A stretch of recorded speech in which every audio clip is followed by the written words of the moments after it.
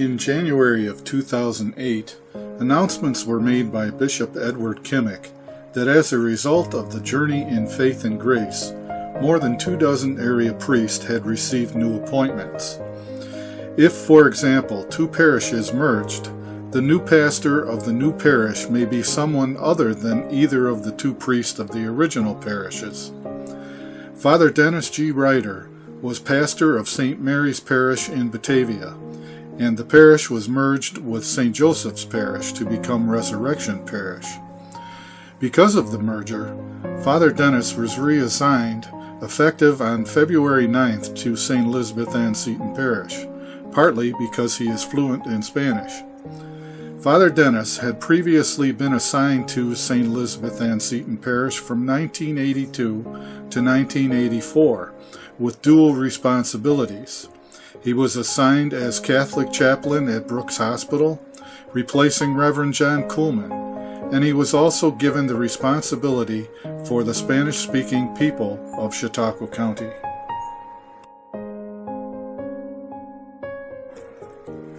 For 2 weeks, the parish was without a priest to say Mass at the daily 7 a.m. Mass, attended by many each day.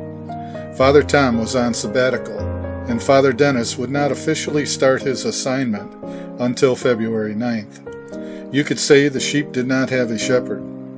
Reverend Joseph Jenisek from St. Hedwig's Church, when asked, was happy to offer this daily Mass in addition to his regular 8 a.m. Mass.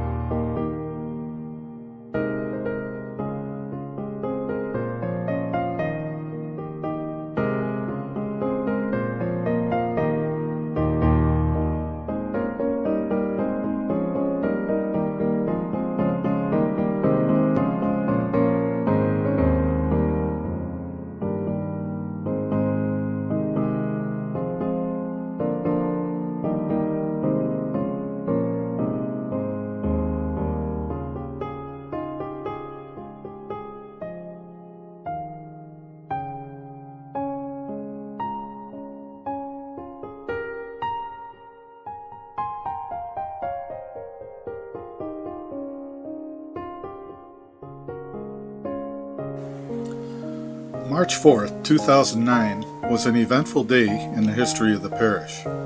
At 5 p.m., the official website of St. Elizabeth Ann Seton Church was uploaded to the internet and became operational.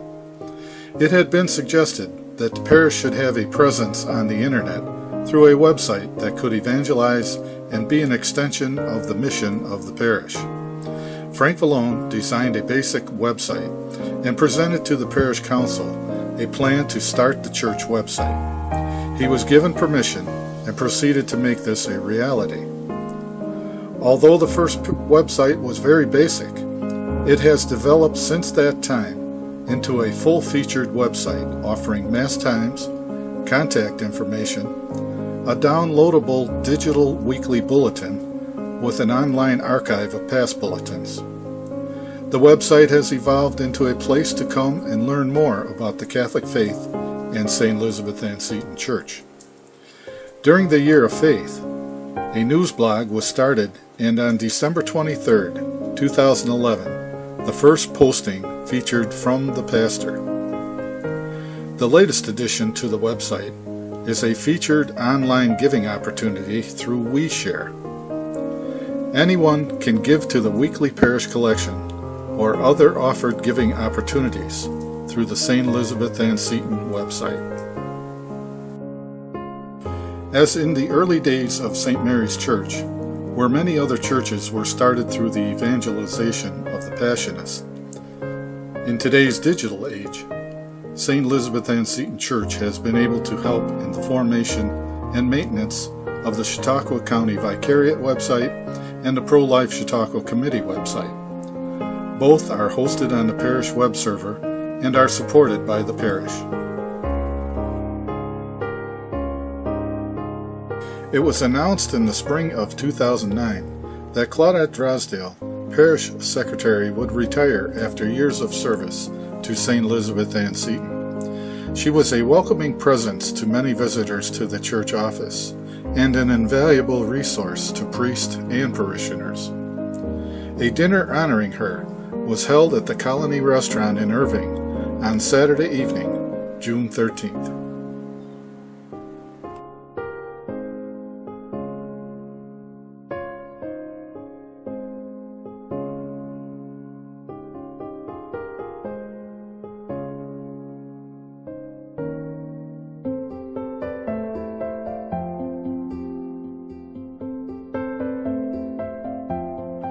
In early 2010, the Liturgy Committee and Pastoral Council explored placing a large crucifix located in the sacristy on the back wall in the sanctuary. This crucifix of wood and epoxy was originally hanging on the north wall of the church and designed by sculptor Ted Kmiec and created by Vision and Design of Tonawanda for the renovation of the church in 1977. The statue of St. Elizabeth Ann Seton, presently at front center, would be relocated to a shrine near the rear of the church. The figure of the resurrected Christ hanging above the altar would also need to be relocated. The rationale for these changes is based on the following, included in Built of Living Stones, a guideline on architecture of the Catholic churches, from the United States Conference of Catholic Bishops. The image of St. Elizabeth, our patroness, should have a place for devotion in our church, but ought not to be the dominant focus. The cross of Jesus is a central figure of our faith. The cross is a reminder of Christ's paschal mystery, drawing us into the mystery of suffering and making tangible our belief that our suffering, when united with the passion and death of Christ, leads to redemption. In preparation of these changes, it was announced that the church carpet would be replaced. In advance of that work, the floor under the pews was cleaned, waxed, and sealed. Certain pews were removed to improve traffic flow, and the statue of our parish patroness was relocated to the shrine at the rear of the church. Finally, a large crucifix replaced the statue that had such a prominent place on the back wall of the sanctuary. Through the hard work and skill of Zen Olo, Ron Drosdale, Dan Hayes, Rhonda Perpiglia, and Ken Drosdale, this work was accomplished in-house, except for the carpet installation.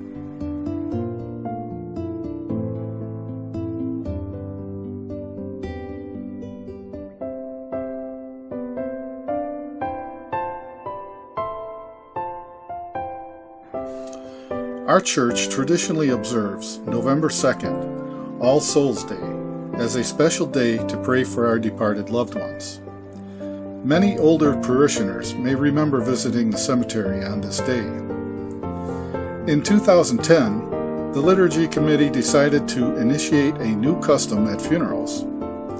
At the Mass of Christian Burial, a simple wooden cross with the engraved name of the deceased is placed on the casket pall or placed next to the cremation urn. It will serve as a reminder that the deceased was signed with the cross at baptism and now has imitated Jesus in surrendering his or her life to the Father.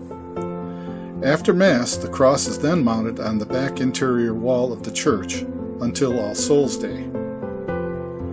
The families of the deceased are invited back to St. Elizabeth Ann Seton Church on the Feast of All Souls to a special Mass where we commemorate those who have died, especially those whose funerals or burials were celebrated during the past 12 months. The names of the departed are read aloud during the Mass, and a family member is invited to place a candle at the front of the church. The wooden cross is removed from the wall and presented to the family.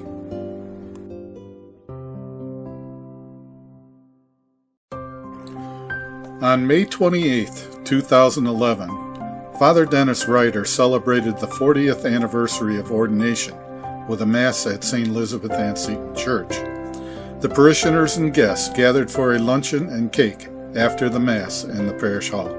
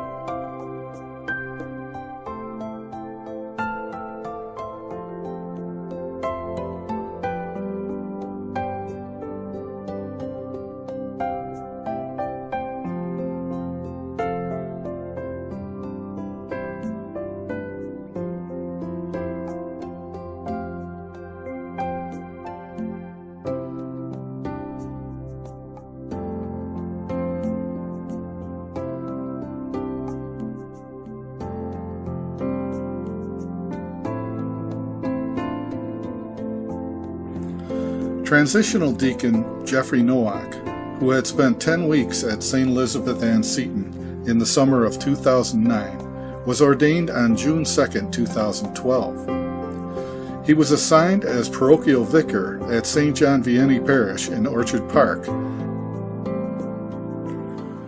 St. Elizabeth Ann Seton Parish today is a mixture of many nationalities and cultures. The Hispanic culture is a culture where people come first, before systems or schedules. Communications tend to be in person rather than over the phone, and the elderly are viewed as a treasure and are surrounded by children and grandchildren. Among our Mexican parishioners, no matter where the parent goes, the children are present. Hispanic and Mexican parishioners make up a growing number of members to our parish and this region. There are 3 important celebrations that are planned and celebrated with the leadership of the Hispanic ministry. Our Lady of Guadalupe is celebrated each year around December 9th.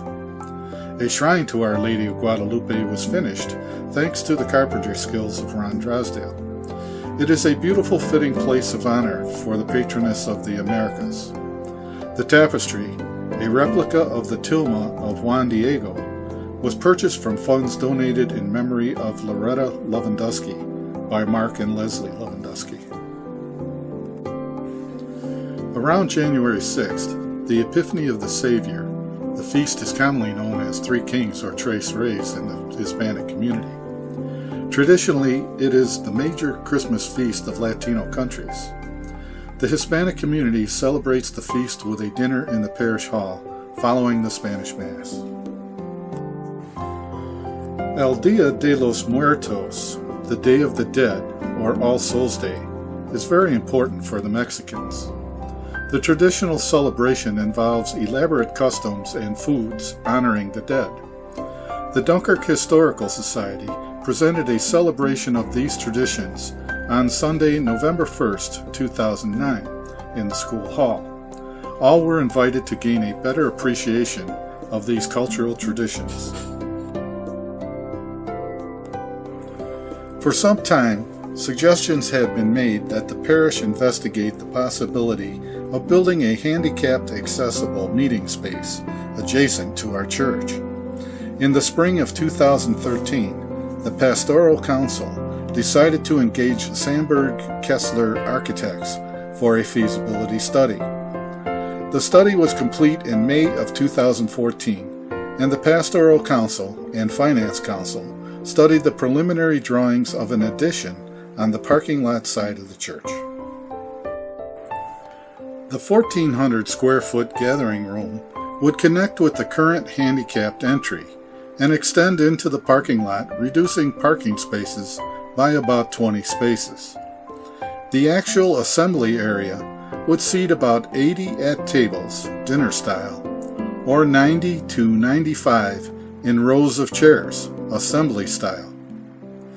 It would include 2 handicapped accessible lavatories, a small storage and janitorial area, and a counter with a sink, perhaps a cooktop, and a mini refrigerator.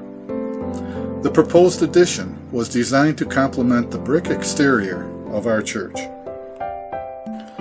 Following receipt of this plan, the Pastoral Council and Finance Council spent time evaluating it. In general, the reaction to the plan itself was favorable.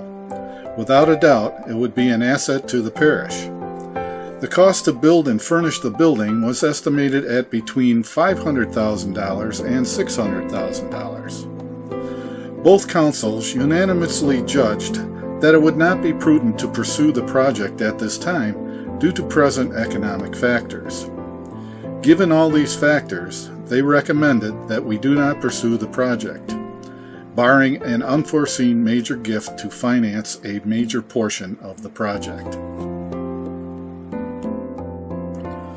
On Sunday, July 6, 2014, at 2:30 p.m., a Golden Jubilee Mass celebrating Father Thomas Wapperer's 50 years of priesthood was attended by friends, family, and parishioners at St. Elizabeth Ann Seton Church. A reception followed in the parish hall.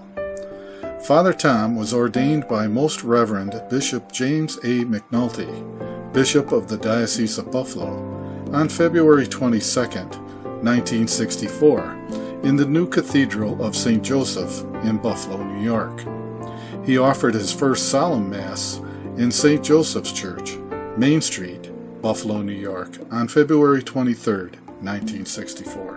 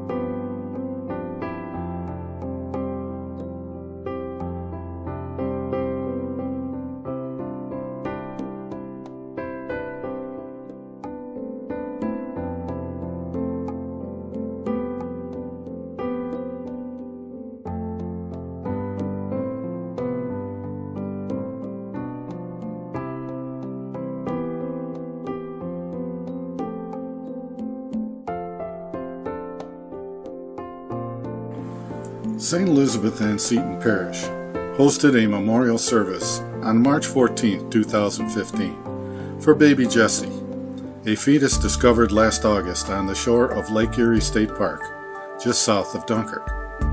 Over 24 people gathered in Dunkirk to pay respects to a life lost. Bishop Richard J. Malone and Diocesan Pro-Life Activities Director Cheryl Caleri wanted to make sure The remains of the baby were treated with respect and given an appropriate burial. My first concern, of course, is for the little one found in the family, said Bishop Malone. When we first heard and read the news, we began to make an inquiry about the fetus. Our particular concern was that a fetal death certificate be issued and that the baby would have a proper burial. A fetal death certificate is given when the fetus dies after 20 weeks. New York State Health Code states that after 20 weeks of gestation, the remains must be treated as human remains. Father Dennis Riter, pastor of St. Elizabeth, Ann Seton, delivered the homily at the Memorial Mass. Today, in a small way, we come to affirm the dignity of all human life, from conception to natural death, he said. We don't know the circumstances by which this tiny child, yet unborn, lived and died. Somehow his body came to rest on a nearby beach. We don't know about his mother and father, and certainly we have not come to condemn them. But we do know that this fetus, although early in gestation, was a child of God, sacred because God had breathed into him the great breath of God. His soul is destined to live forever. Although never baptized, we commend this little Jesse to God, trusting in the mystery of God's providence beyond all human calculations. We trust in the mystery of God's absolute, unconditional love, revealed in the cross of Jesus. After the Mass, guests drove to nearby St. Mary's Cemetery, where Jesse was laid to rest, across from the shrine of the unborn. Our parish council is constantly searching for ways to involve our families in the religious formation of youth. As part of that effort, our younger religious education students in December of 2013 participated in an Advent blessing of the baby Jesus, commonly used as the centerpiece of each family's creche. This is similar to a blessing given in Rome each Advent, when the Pope invites all the children to St. Peter's Basilica to bless them and their bambini, the child Jesus statues. This beautiful Advent tradition is called Bambinelli Sunday, or Blessing of the Christ Child. Families were encouraged to accompany their children to church carrying the family's own statue of the child Jesus. There was a presentation before Mass, and the actual blessing was given at Mass.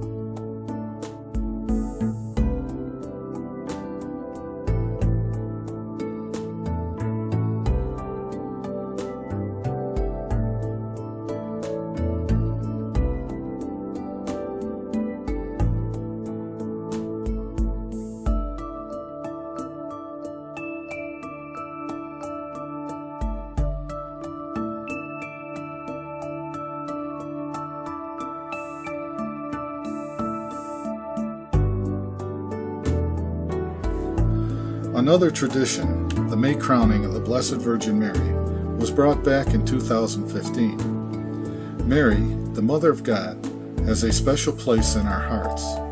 She is that perfect disciple who welcomed the Word and reflected upon it in her heart. We rightly give her the title Mother of the Church, for she was the first vessel of God's presence, anticipating the Church as the bearer of the Lord in the world. On Sunday, May 3rd, we honored Mary with the traditional May crowning after communion at the 11 a.m. Mass. 3 of our high school youth, confirmed by the bishop earlier in the week, participated in the Mass and crowning.